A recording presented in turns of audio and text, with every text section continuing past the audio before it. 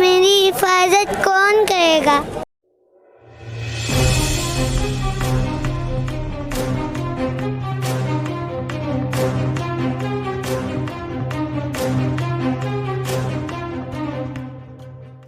अस्सलाम वालेकुम। बसीरत ऑनलाइन में आपका इस्तकबाल है।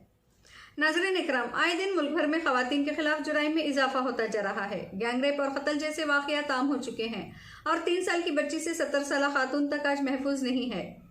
ख़वातीन पे हो रहे इन तमाम मजालिम की मजम्मत करते हुए आज Shimoga welfare party of India की शोबे ख़वातीन की जानिब से गम और गुस्से का इजहार करते हुए DC ऑफिस के अहाते में एहतजाजी मुजाहिरा किया गया और डिप्टी कमिश्नर के जरिए मरकजी हुकूमत को मेमोरेंडम दिया गया है। एहतजाज में मर्द और ख़वातीन के अलावा हाथों में प्ले कार्ड्स थामे कसीर तादाद में बच्चे भी शरीक रहे। इस दौरान वेलफेयर पार्टी की जिम्मेदारान ने बसीरत ऑनलाइन से बात करते हुए मरकजी सरकार से मुतालबा किया है कि वो रेप जैसे घिनौने अमल को रोकने के लिए मुल्क भर में सख्त से सख्त कानून नाफिज किया जाए और फास्ट ट्रैक कोर्ट के जरिए मुजरिमों को सजाए मौत की मांग की गई। मौके पे यहिया, नदीम, जीशान, एजाज, आयशा, मुदस्सिरा, आयशा और दीगर मौजूद रहे। बसीरत ऑनलाइन के लिए शिमोगा से ये खास रिपोर्ट भेजी है वहीदा और मुमताज़ ने।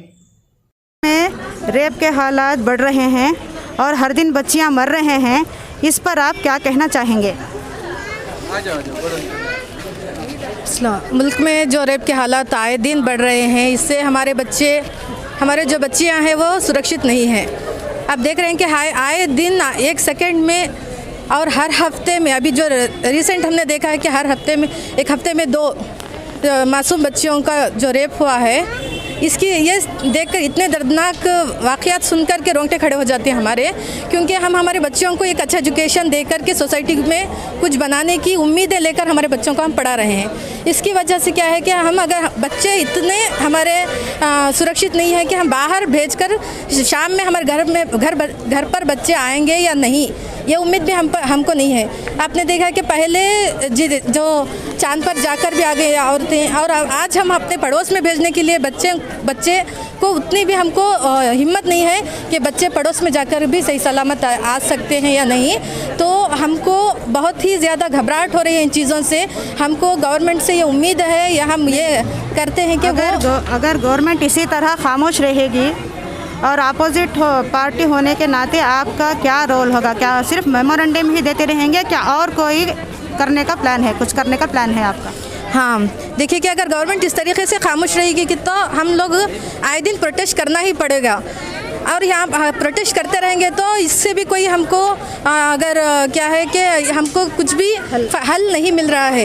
प्रोटेस्ट के ज़रिए से हम गवर्नमेंट से ये उम्मीद रखते हैं कि वो जल्द से जल्द जो अत्याचारी को सज़ाए मौत सुनाए। अगर सज़ा जारी कर देंगे, जिस तरीके से दूसरे देश में, दूसरे कंट्रीज़ में जिस तरीके से सज़ाए मौत है, इसी तरीके से अगर इंडिया में भी सज़ाए मौत का ऐलान कर देंगे तो हो सकता है कि जो जिनाकार हैं या आए दिन जो बढ़ रहे हैं उनको एक डर लगा रहेगा, वो ख़त्म होगी, ये उम्मीद हमको है। अभी मोदी हुकूमत ने जिस तरह से तलाक को लेके हंगामा मचाया था, ऐसे में रेप केसेस पे मोदी हुकूमत की खामोशी, आप इसके बारे में क्या कहना चाहेंगे? वही है, हमको समझ नहीं आ रहा है कि इतने, क्योंकि देखिए कि हर घर में लड़की है, एक हर औरत, एक उम्र रसीदा से लेकर एक मासूम बच्ची भी ये क्या है, सुरक्षित नहीं है, हिफाजत में नहीं है। लेकिन पता नहीं कि ये क्यों आंख बंद करके बैठे हुए हैं। हाँ, ये गवर्नमेंट क्यों खामोश बैठी हुई है, हमको इसका पता नहीं है।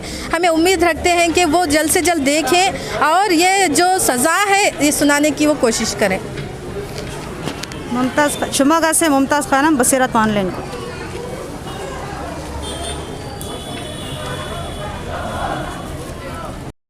मुल्क भर में रेप के मामला बढ़ रहे हैं, हर दिन बच्चियां मर रही हैं, इसके लिए आप क्या कहना चाहोगी?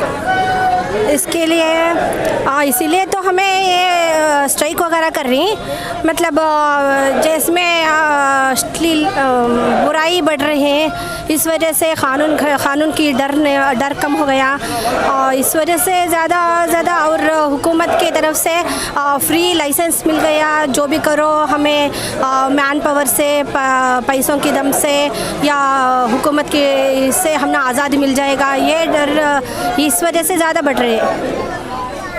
अगर गवर्नमेंट इसी तरह खामोश रहेगी तो अपोजिशन पार्टी होने के नाते आपका क्या रोल होगा? आप सिर्फ मेमोरेंडम ही देते रहेंगे या और कुछ करने का प्लान है? नहीं, ये तो हमें मालूम है। सिर्फ हमें justice for Rabia Basri, Rabia Saifi, justice for Priyanka Reddy, justice for Manisha, ये बोलने से कुछ नहीं होगा। एक ठोस कदम जैसा कानून को हमें पूछ रही, ये ठोस कदम उठाने के लिए वैसे ही हम लोग भी सब एक साथ जुटकर एक जैसा कि हमें CAA NRC को आवाज़ उठाए और कृषि कानून के लिए किसानों ने आवाज़ उठाए, वैसे ही हमें भी एक ठोस कदम उठाना पड़ता। एक साथ मिलकर हिंदू मुस्लिम सिख ईसाई सब मिलकर एक आवाज़ उठाने की कोशिश करेंगे। आपका नाम? आयशा एजाज। यस इंडिया के लिए शिमोगा से वहीदा की रिपोर्ट। वेलफेयर पार्टी से